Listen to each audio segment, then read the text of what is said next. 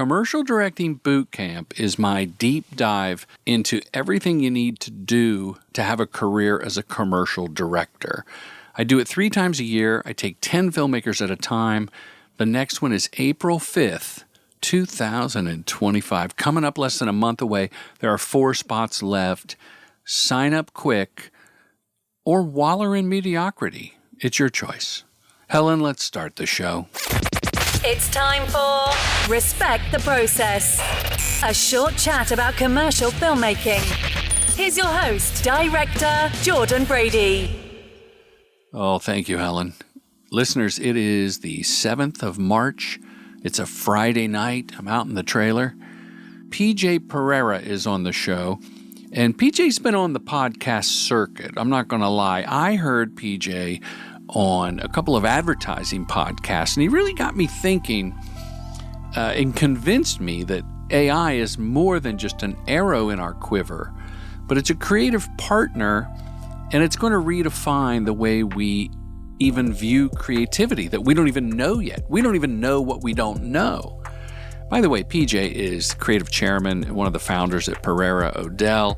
He's a founder at Silverside AI, has a book called The Girl from Wudang, and just really at the forefront of AI for idea generation, execution, and whatnot. Before you get your existential panties in a bind, filmmakers, it's going to create jobs for a lot of us. The trick, I think, is to have a point of view and to be able to master some of these tools and, make AI your bitch. That's what I say.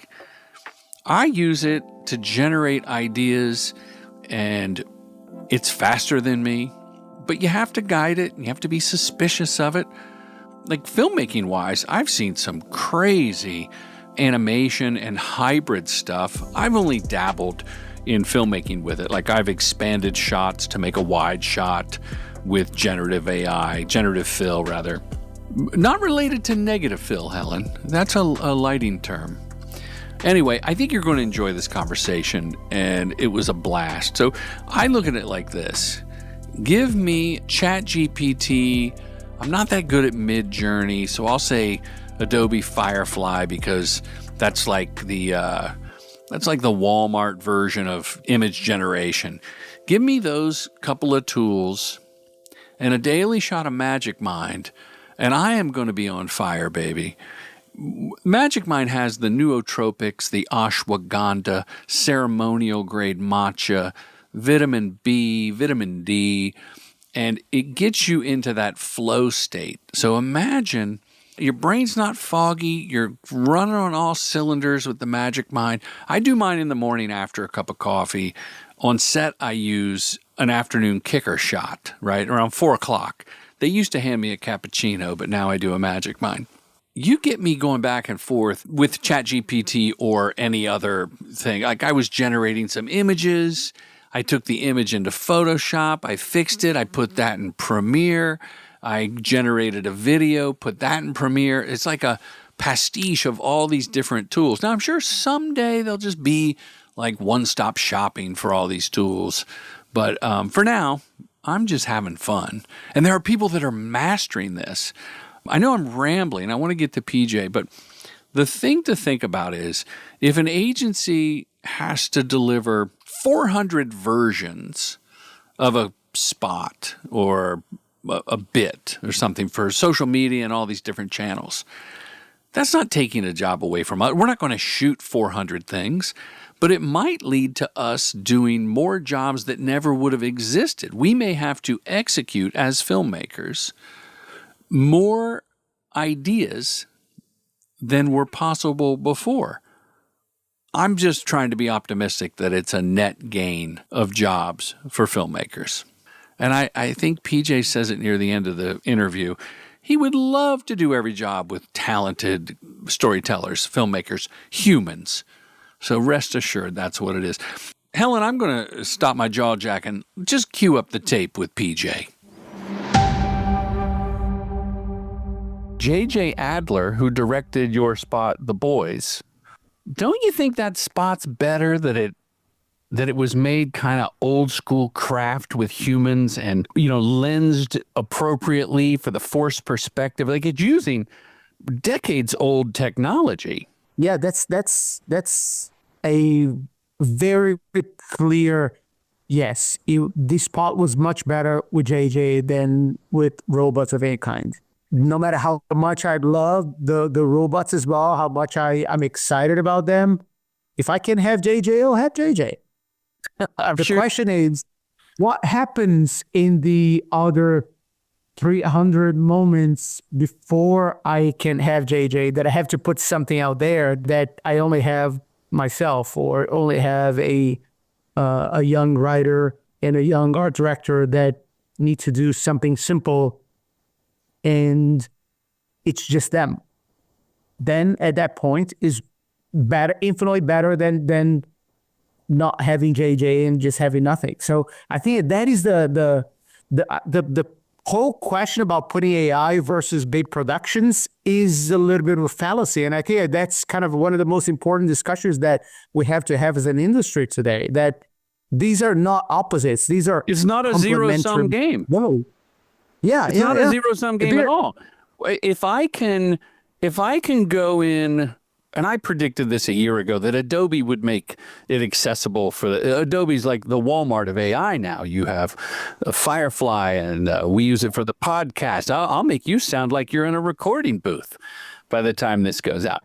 If it comes down to I have to shoot, I'm using air quotes for the listener, if I have to shoot what I did for another business, a perfume bottle that's branded, and for Valentine's Day, the leaves falling down, the petals, rose petals falling down all around it. I don't have tens of thousands of dollars for a DP, a gaffer, a prop master, rent a studio. I can do it in 8 minutes on my laptop. But if I didn't have the laptop, I would never spend $75,000 for the prop, the studio, the gaffer, the camera, the edit, the color correct, all of that. So it's not an either or, it's I can, so I shall. Exactly. I think there are three different main points on this new moment that we're living with AI out in our hands. One is what happens to the economy, the production economy, which is one entire area of discussion. There's another point that is can we use that to do things that we wouldn't be doing at all before, which is what you're discussing. And they're related, the first and second point. And the third one is the creative process or the impact that has on the creative process. I think all those three things are very important discussions. They are being buried under the panic of, oh, things are going to change and I don't like it, or because I really like working with directors. And that's not the point. I think for me, the best way to look at this is like this.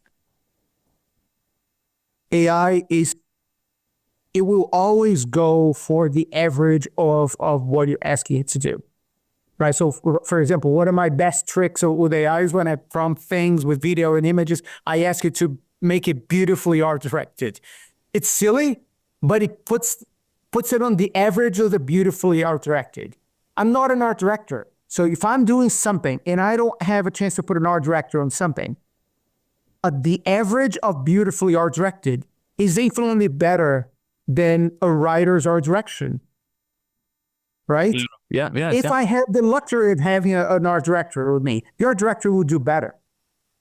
And I think that is how we need to think. It's an incredible way to fill the gaps that you don't have. I'll give another example. I'm working on a project now that had lots of music.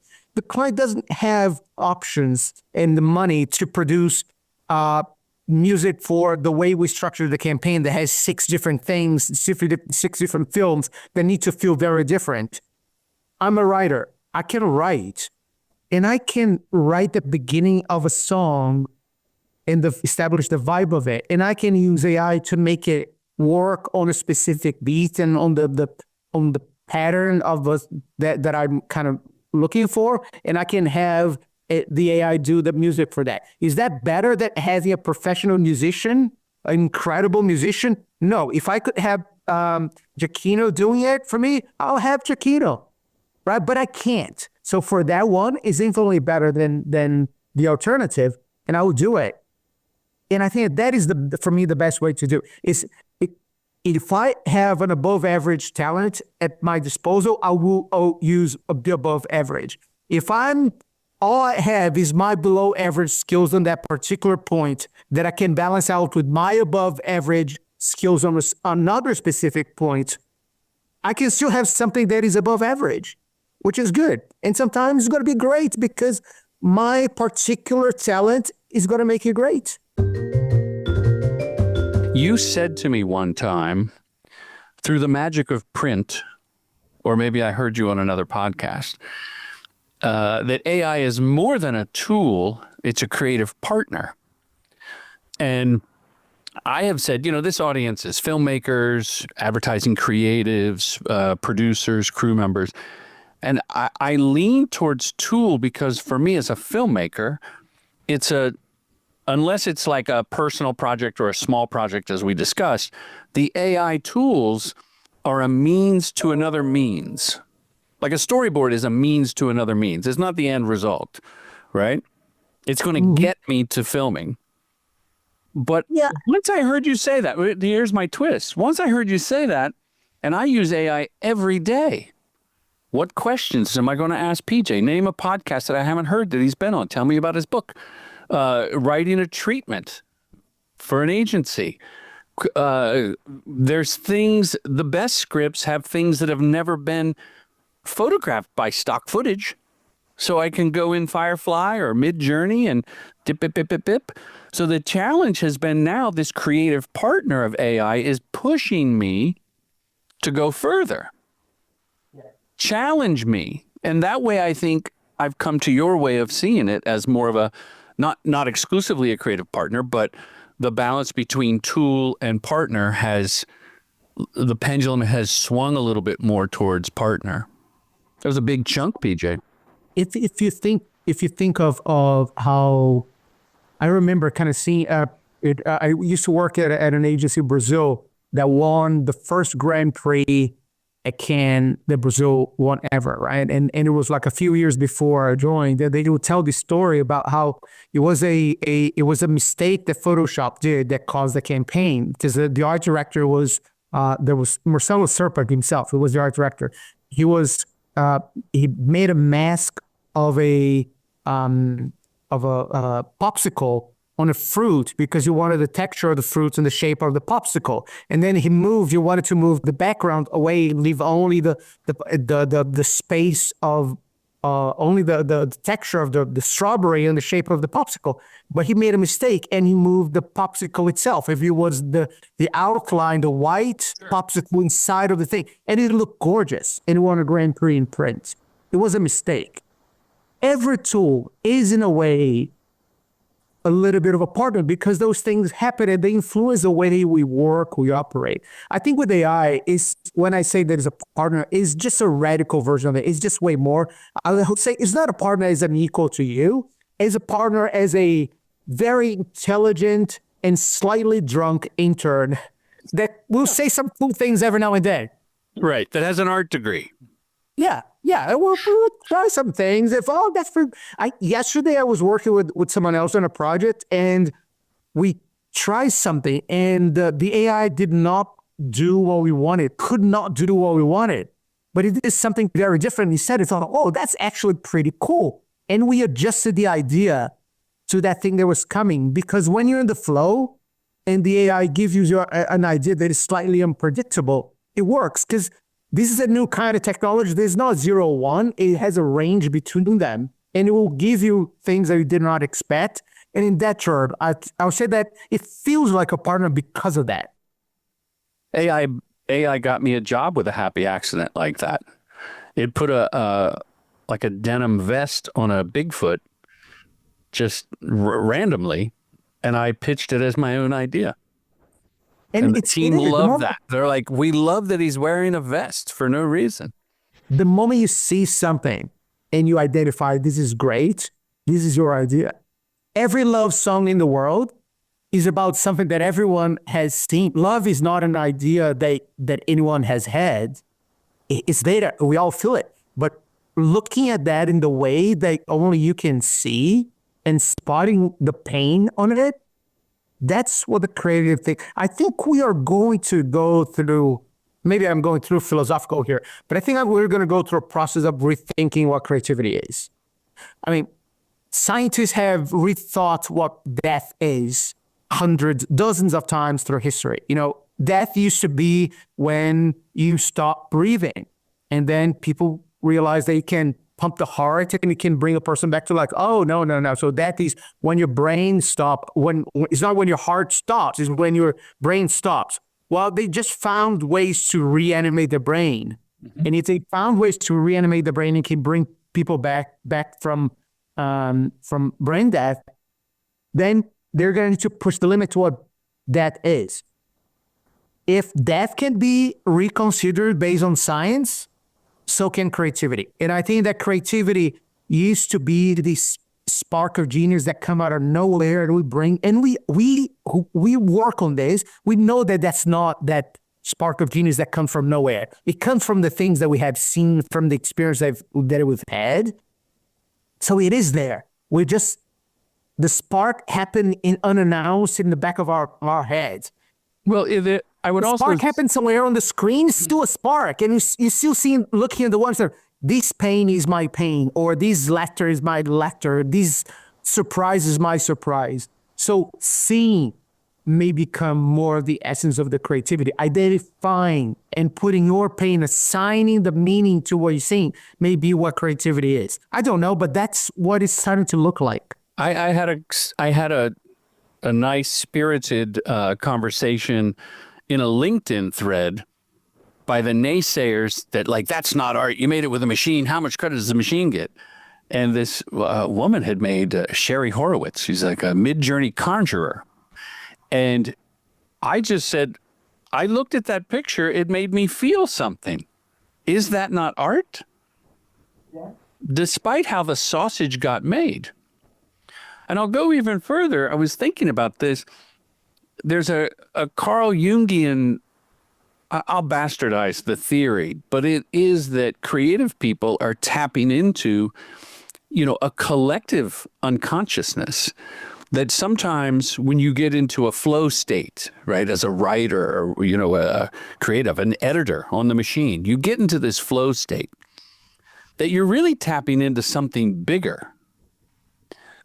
My question then would be, AI, isn't it really helping us tap in to a bigger collective unconsciousness faster? Or is it false because it's machine? Is that a clear question? Does that make sense? Yeah. And I think that is the part about the creative process that I was talking about. It's the more I play with it, the more revolutionary I feel that this is going to be. Because, if you think about that as the collective consciousness of your brain, I think brain scientists call it flow state, right? Mm-hmm. The flow state when you're using AI tools is so much more intense that it changes the way you have ideas. Oh, it's like nitrous oxide for your thinking. Yeah, it keeps bringing, it does things in real time. And I'll say that this is the first time that technology can actually help in the creative process itself. Until now, all the technology from brushes to Photoshop have always been used to bringing ideas to life. Once you have something in your head, you go implement them. Sometimes you have technologies that, like the things that used to take parts of of a stone out to turn into a sculpture, become part of the process as well. But I think we're getting more into this philosophical side, that is the technology, when it becomes such an intense part of your brain process, and when the gap between having an idea and seeing it is smaller, it changes your flow state. And creativity is the flow state. And that changes everything for us. And I think that everyone should play with it to see. Maybe someone will not like it. Someone will prefer a slower process, which is totally fine. But having the chance of having these intense flow states is mesmerizing. I want to loop back to the spot for Manscaped the Boys, because I feel that people love seeing the behind the scenes. The context is playing a better part. You had said, I think it was on a leading creativity podcast about a year ago. I'm getting the name wrong. But if someone hears it's a Beyonce song, it's like, oh, it's Beyonce. When they know it's a Beyonce song, they love this Beyonce song. I saw one time an artist went undercover, like Adele did it once. She auditioned undercover and people were amazed by her voice. The big nose. Yeah, the big nose. And then when they took it off, they loved it even more that it was Adele, right? Maybe that's not the right analogy, but Tom Cruise, and I've used this example before, we all saw that motorcycle jump 6 months before the movie. And they said it was practical. Now, there was tons of AI and special effects and whatnot to make the green screen ramp go away. I think people like the Manscaped for they subconsciously know that it's craft. Yeah. In 2024 and 25, maybe in the future it gets so good it's indiscernible. But I think people like knowing that. And I see a craving for this behind the scenes to the point it's saturated, how everything's done. Will AI get to a place where it can do all these effects and people won't care? Like, we'll be numb to what I'm describing now, assuming you agree with me that people like that?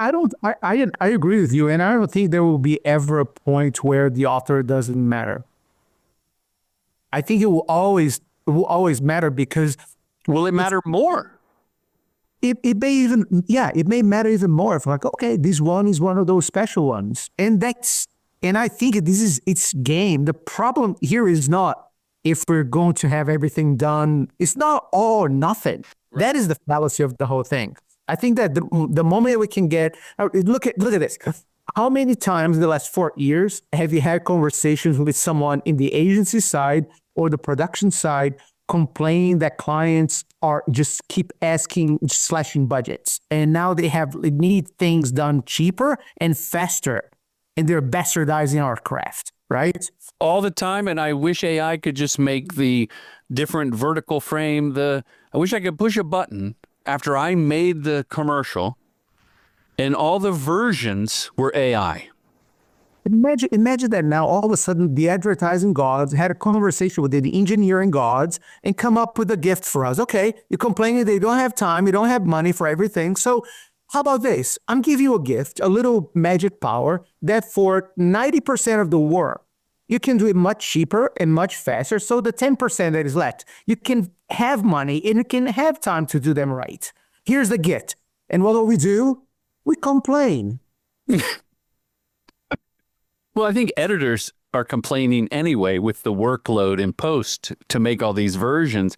And it's sort of mind-numbing work because it's not creative at this point. The creativity was in constructing the story for the original task, right? Like, say, the 30-second spot in our world. The different versions and the cut downs should be AI. But versions is one part. Mm-hmm. I think that if you look at I saw a presentation from Fernando Machado a few days ago, and it's like, I remember the day that when my whole thing was to look at the spot and see if it was good or not, and then it became, now I need to do a website and a microsite and the 360 campaign or something. All of a sudden, like, life is very different now. If you really go look into what happened when the audiences, and it has nothing to do with the clients or us, the audience shifted their attention from TV, where you can run the same 4 spots per year, to social media, where you need to run 400 pieces of content per year. That is the real change. It has nothing to do with clients and CFOs wanting to squeeze us. It has nothing to do with lacking love for the craft. It has to do with the fact that the audience now is in a different mindset and they need 400 pieces. So an average marketer went from going from 4 different pieces a year to 400 pieces a year.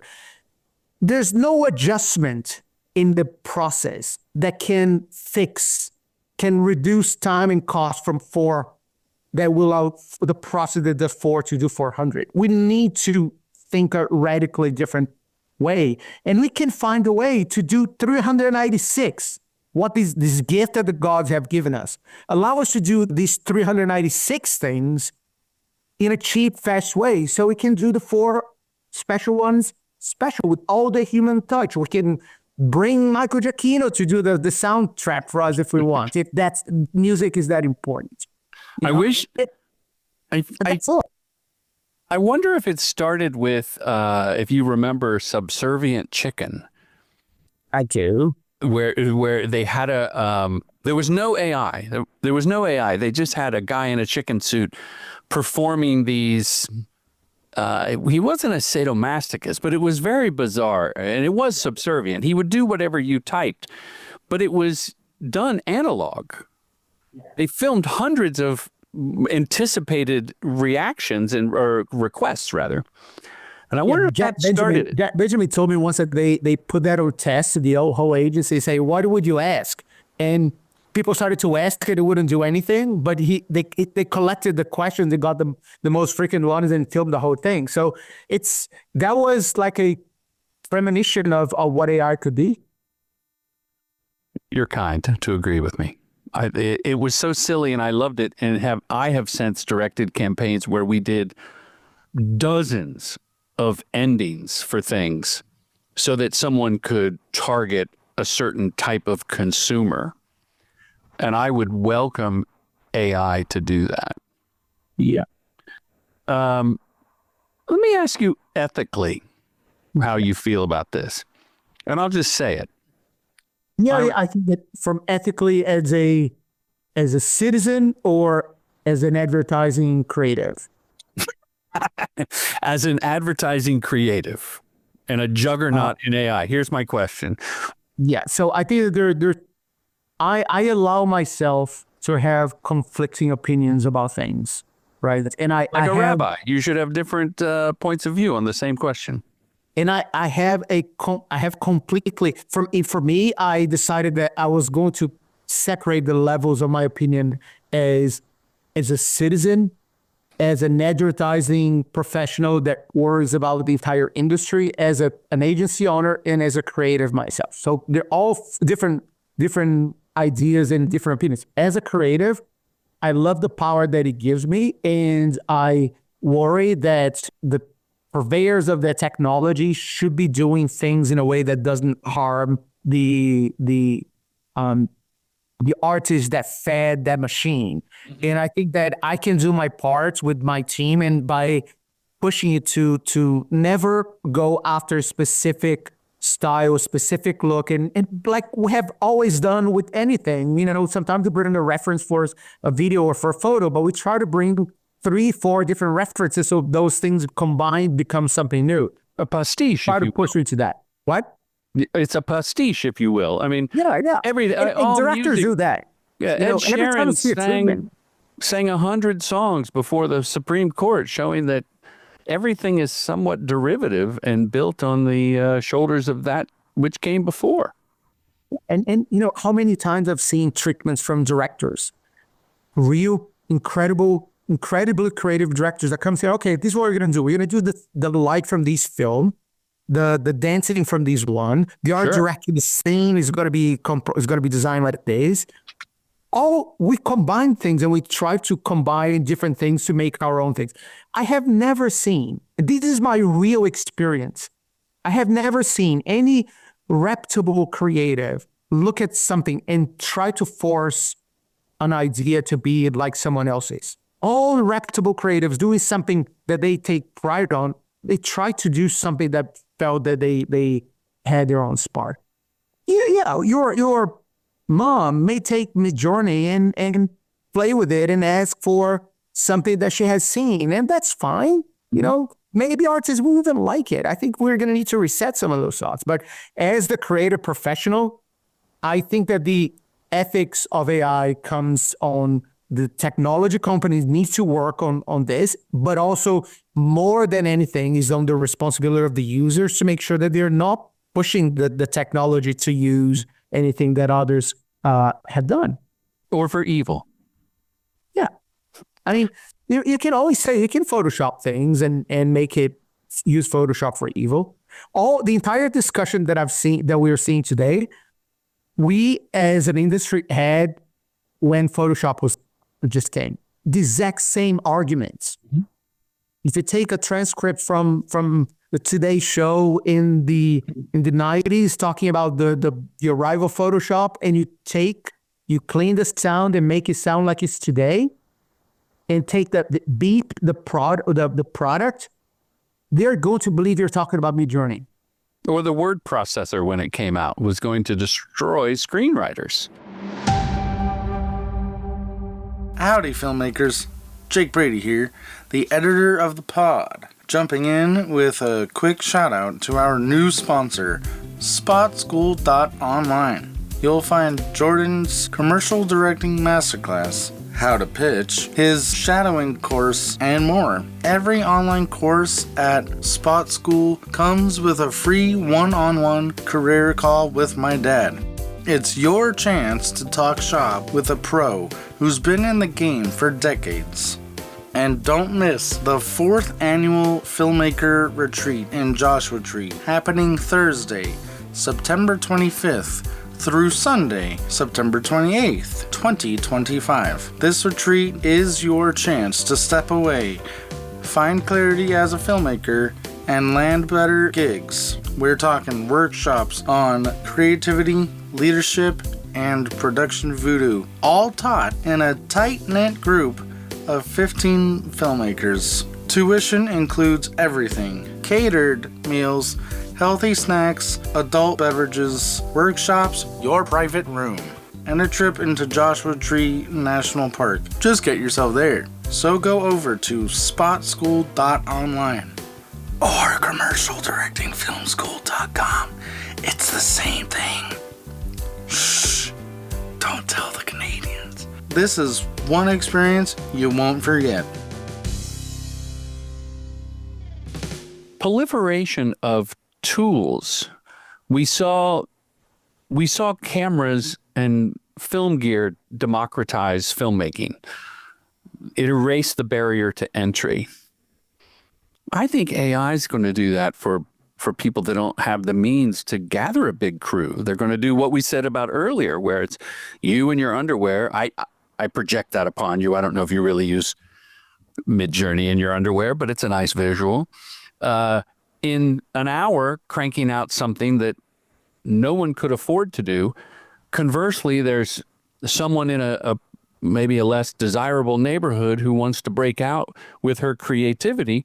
And if they have a simple used laptop, they could make a short film. Yeah. I think it was Francis Ford Coppola who said once that film is going to become an art, a real art, when production becomes cheap.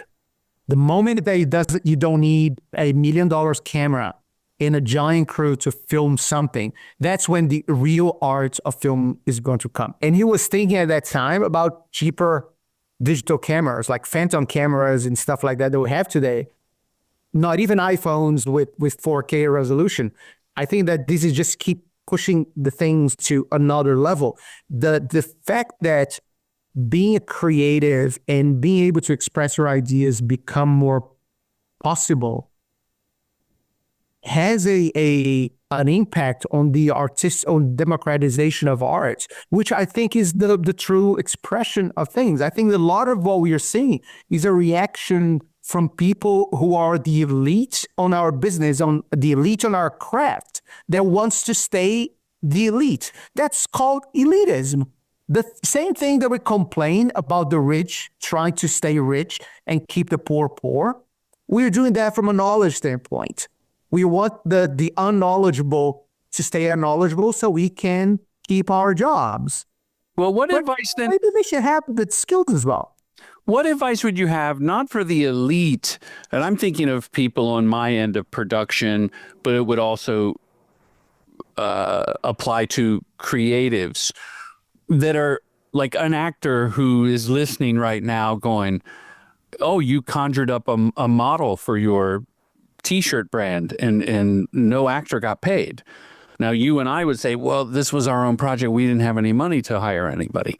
So it's not the zero-sum game. But what would you say to those people and the technicians that are going to be like, oh, you used AI? I guess I'm out of a job. Do they just adapt or die? Or what hope do you have for them? There's two parts of this that I think is a brilliant question. Thank you. There are two sides of it. One is that we're not going to go from lots of humans to no humans. What's happening is we're going to go from 4 projects to 400 projects, 4 projects with 100 people to 400 projects with 1 person or 2 or 3 or 4, right? So I believe that the work is still going to be there. We're just going to have to use AI to upskill ourselves and use our core talent as a differentiator and pad ourselves with average skills on everything else. So I've been seeing one of the most interesting things I've seen on this community of AI filmmaking, for example, is how many colorists are becoming directors. It's fascinating. They're there right now. They are in the very end of the filmmaking process. They're just doing one thing. They make the colors look pretty, right? Or scary or whatever it is. It's kind of, it's very important work. It's highly unappreciated work. But those people are filmmakers. They went to film school or learned to craft the whole thing, and they just specialize on that one thing. When those people take those AI tools and they make entire films and they look stunning. So now they can do an above average film because they're filmmakers, and with a brilliant color in the end that makes it close to brilliant. So that colorist, instead of looking at, oh, I'm going to lose my job as a colorist, he's going to know I'm actually getting a new job as a director. We have illustrators that now are directing animation because of that. Storyboard writers are making music. And musicians are making, so I think they can think about what are the possibilities that I can now own and I can stretch myself into on these smaller projects of 4 instead of becoming worry about the small task on a project for 400 people. I think that is where the future is. Interesting. I teach filmmaking to filmmakers that want to get into advertising. And it's a lot of fun. And I stress being a specialist. But I'm starting, based on what you just said and the last couple of years with AI, that having more than one specialty is probably important because of competition, and you need to know these tools. But let me tag this one. Regardless of your specialization, I still believe at the end of the day, it's going to come down to point of view as a creative person. That having a point of view as an agency, as a creative, as a director, as a colorist, is going to become something of more value than it is right now. I agree with you. Here's a way of looking at that sort of mathematically. Imagine that a big brand wants to get on your feed, right? On your social media feed to make you pay attention, because that's where the attention is. It will, whatever the big brand is, you can pick your favorite brand. It's still going to have less attention from you than your friends, your kids, your family. So the brand has to work really hard always had to work really hard to get your attention. But now have a bigger problem that is the friends and the family and your sports team, whatever. They all have the same tools and the same production value that the brands had. Production value used to be the thing that differentiated that. Yeah, okay, and I can pour money on these videos. It's going to look so much better than what your daughter can make that I have a chance.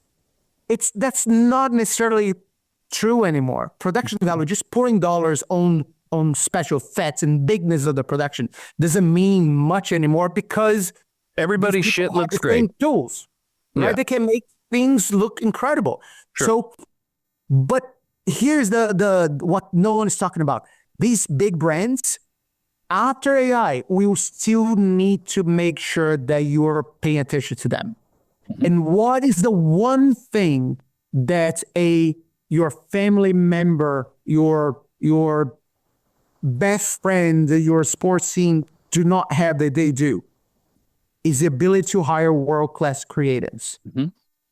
Creativity and your ability as a storyteller will be more valued, more cherished, and more on demand than ever. This is my if I have one prediction to the creative world, I think is that the doom touters, they're wrong. What creativity is going to actually become more expensive, more valuable than ever, because just doing something because it can be done, it will no longer be just pouring money on production. It's not going to be the thing. It's actually have to be creative. So if you're a colorist and you're really good on the coloring part, and you're a generalist filmmaker as well, you understand filmmaker, but you're a creative person that can bring incredible ideas to life with sensibility, with heart, then you're more valuable than ever. That's optimistic. I am a big Pollyanna person, and I think that's what we're gonna see. And I see the math, and this is kind of there. It's laid on the table in front of us. We're just too scared with the newness to look at it. Yeah, it's interesting because I agree with what you're saying, and that creativity will ultimately win out. And I work and live in a world where creativity has been the only way to win a job, because craft is across the board. If you're going to hire a filmmaker for your commercial from the agency, you look at JJ's reel, you look at my reel, you look at her reel. We all have the same. We can get the same high key comedy look. We can all break down the shots and get the craft and everything. So it does. I feel it's still going to come down to point of view, and that's what I heard you say in that we're in the point of view business. And as an agency, you're going to want to tap the best creatives that can use AI, or maybe it means going on a mountain retreat for a weekend to get into flow state. Yeah. So it's the AI. I go back to the tool versus creative partner. At a certain point, everyone must use it as a tool. It's got to be an arrow in our quiver. How we use it and how we use it better than other people is also going to separate us in the immediate future. Have you ever heard the story that if you put an infinite number of monkeys with a typewriter, one of them is going to write a Shakespeare, right? Yeah. The problem then in this scenario is that someone is going to need to read all that crap. And the person who reads and understands that this is a Shakespeare has value. That person has an incredible value. That person is the curator. Huh? The curator is what you're saying. The person who sees it, who notices, that is not just curating, is assigning value, is connecting your culture, your experience, your intuition, your pain, your love, and assigning humanity to something is an act of art. So someone who has taste and who has their finger on the pulse of what is happening. Yeah. It's your taste and your experience and your sensibility is what is the golden nuggets of these worlds. I remember the day that I showed Midjourney, the very first version of Midjourney. I showed it to Poum Lefebvre from Design Army. And I feel like I'm going to show you, she's going to kill me. We're having lunch. So I created some space between us so she wouldn't attack me with a knife and say, look at this. And she started to ask me to prompt things, and she asked me to, so try this, a little girl, an Asian girl in the winter in DC, inspired by the blue face of Picasso. And I did that, and I looked at it, it doesn't look like a Picasso poem. And thought, no, that's it. Picasso had a blue face that had nothing to the cubist part that you know. And I thought, oh, that's pretty cool. And she looked at me and thought, I finally can see and explain to people why I studied art of history. Because right now, until now, it was all my personal experience. Now I can prove it to them. In this new world, art history is a skill, because I can explain my ideas better than anyone else can. It's so funny that you say that. I'm pulling up this app where it's not a endorsed, it's unpaid endorsement here, but it's called Smartly, and I realized that I don't have a lot of art history in me. I don't know. I've been to tons of museums. I collect art, but it's a very narrow but correct liking. So anyway, this app, it's wanting me to sign up for the pro plan, but I need to know more about Cubism and Expressionism, and I've always shied away from the Renaissance period, but I feel as a creative person, I need to know the references until I can plug a neuron reader into my brain for the AI to copy it. I'm going to need to describe what I want or pull up an image. And even once you can't, eventually we're going to see, I think in our lifetimes, we're going to see things that can read our brains directly into executions. It's just going to be a more radical version of what we have been doing. But even then, your culture will matter, because if you haven't seen it, you haven't thought about things, you're not going to be able to even express that in your own brain. So in addition to having more than one specialty, not to the point you're a generalist, but I think the advice maybe to filmmakers would be really study outside. Like, I meet so many filmmakers that only studied filmmaking, and you need to have a breadth of experience from the creative world to have these inputs, whether there was AI or not. I think it makes you a better storyteller.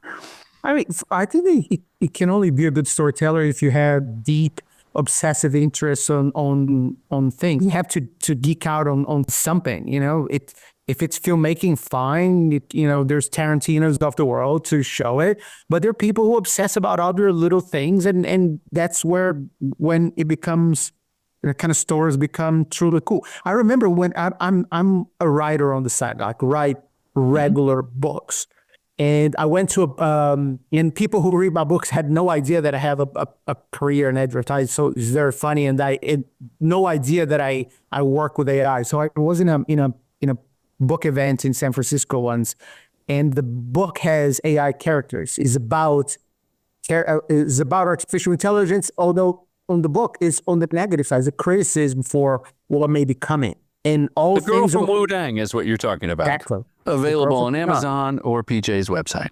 Yeah. And on that, on my as a writer, I call myself PJ Caldas, just so we can differentiate through life. But there was there was a reader that came up with kind of threw a funny question. I mean, especially considering the rest of the context that she asked me, okay, I see all these things about AI and writers saying that they can write with AI. I don't know if I want my favorite writers to write with AI, because I want to know that it's them. Will you ever use AI to write your books? Because I don't want it. And it kind of caught me a little bit by surprise, which shouldn't, because I should have expected that question. But for a few seconds, I was thinking, I kind of realized something. If here's the deal. I don't write because I want to make money selling books. Right? I don't write because I'm creating a product. You have to. Because I have to. It's something, I have something inside of me that I had to put out.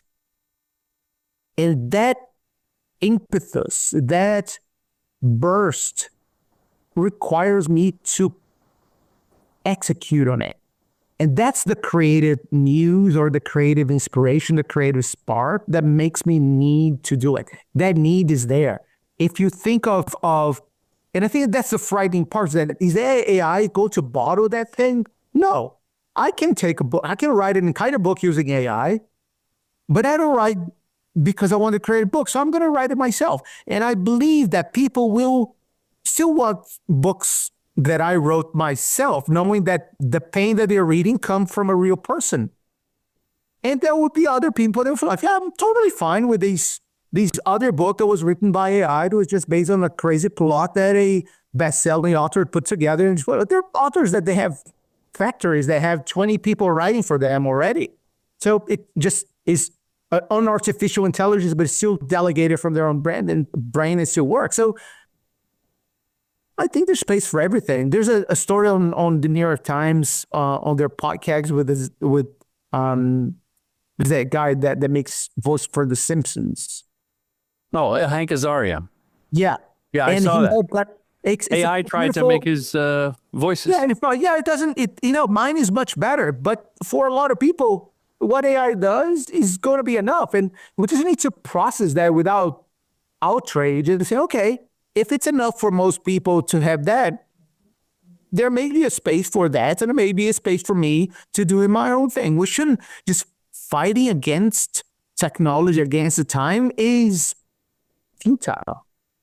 Yeah, it's interesting you mentioned Tarantino because I see him, a great filmmaker, but certainly a wonderful sampler of Westerns, of Kurosawa, of, you name it. He is the ultimate mashup. Yeah. But there's something that he sprinkles on it that makes it his own, that people love. And to your point about writing, because you have to, is my son Jake is a writer, and he and I chat all the time about it, and I can boil it down to this. A writer writes. It needs no explanation. If you're a writer, you write. There's no reason. You just are. Like an alligator is an alligator. Yeah, because you have to. Mm-hmm. If you fish, you swim. Yeah. You enter. If you don't swim, you die. And as creative individuals, we create. Was there any question I didn't ask that you wanted to ask? We just jumped in the water and started talking. And I think this conversation is so important. I think that the economic value of this whole process is very important. And I think that if our ecosystem starts to adjust from these 4 to 400 process, I think it's a very fundamental thing. And if the people start to panic less and start to actually give it a try and really try to accomplish, not try to see if it goes well or not and conclude that it's not good enough. Just really try to accomplish something. You're gonna realize that there is an incredible creative world outside that brings your flow state to another state. So I think that is, for me, the most important part of all of this discussion. Yeah, the cat's out of the bottle, or whatever the expression is. So with comedy, I work a lot with improv actors, right?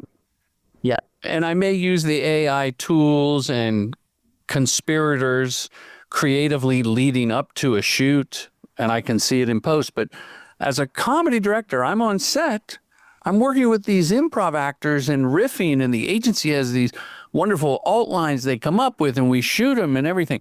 Will AI be able to improv? I think that it's an interesting question. I think that AI improvs all the time. Is that on the computer? What? Well, like I should be more specific. Let's say I'm directing improv AI actors, like a scanned avatar. Will they be able to? Why wouldn't they be able to ad lib? In a very basic level, if you tell ChatGPT and say, and you start the prompt, say you're an incredible improv actor, channeling Robin Williams. Yeah, and now let's have a conversation. Consider you're there. It will behave like that. It will be as good as the real one. No, but it will be better than someone with no improv skills. So it can have some of it.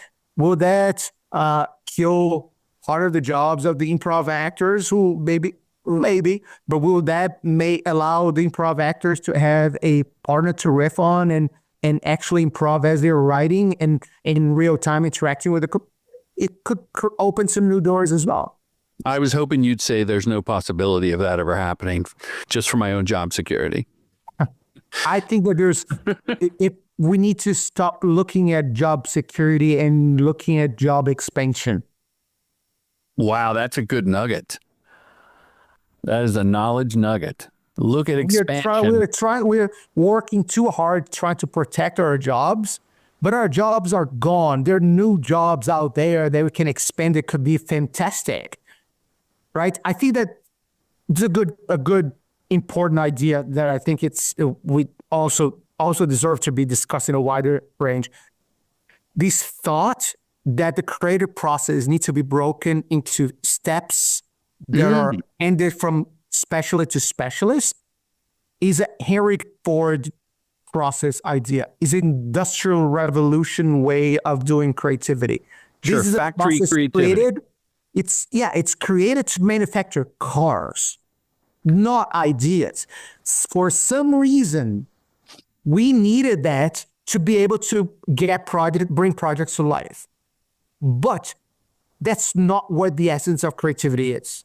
The essence of creativity does not live on people passing ideas to the next person on the chain. The essence of creativity lives on people having ideas. That could happen anywhere along the process. Yeah, or with no process whatsoever. Maybe the process is no longer a line of multiple boxes. Maybe it's a swirl of intermingling lines, like real artists do. Yeah, it's ironic you bring up Henry Ford, because I think of the blacksmith, and there must have been tons of, hundreds of blacksmiths around the country when the horse was the primary mode of transportation. And then the automobile came along, and only the best of the best horseshoeists stayed in business. And some branched out, and I know one back in the 1800s opened up the first espresso cart. Job expansion. I do see a need when you're delivering something. If you had a small elite unit making a commercial, the ebb and flow of creativity could be never ending.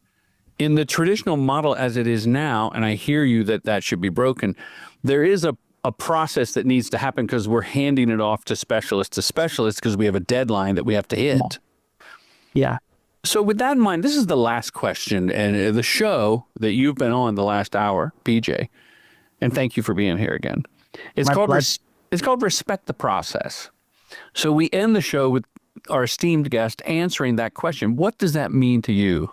Respect the process. I think that if you think of the process as the series of stages that an idea currently has to go through to become incredible, I'll say that I'm more on the fuck the process side. Let's implode the whole thing and rethink it. If the process, the way I see the process, is the process of learning to look at the world and express your ideas in a way that people will appreciate. So it's about learning to see, learning to express, learning to craft, and learning to hear back from them. That is the real process. And that will never go away. That's a great answer. Yeah, fuck the process is part of respecting the process, that sometimes you have to subvert everything that you think you should be doing to get to a better place, to get to a new place. And we were going to call the show Fuck the Process, but we figured, the Apple and Spotify wouldn't look good on a coffee mug. Thank you so much for being here. I really appreciate it. Continued success with all your ventures. Thanks again. My pleasure. Thanks for having me.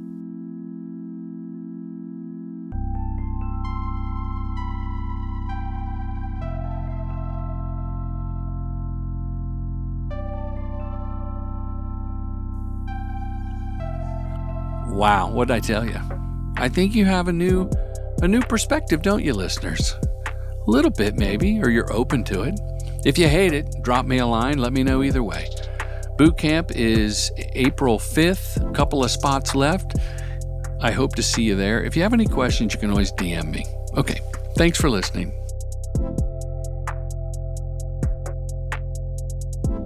Commercial Directing Film School's mission is to help filmmakers direct commercials professionally. With online courses and in-person boot camps, we demystify the process to get you to the next level, all taught by your accessible mentor, filmmaker Jordan Brady. True Gentleman Industries. We make commercials.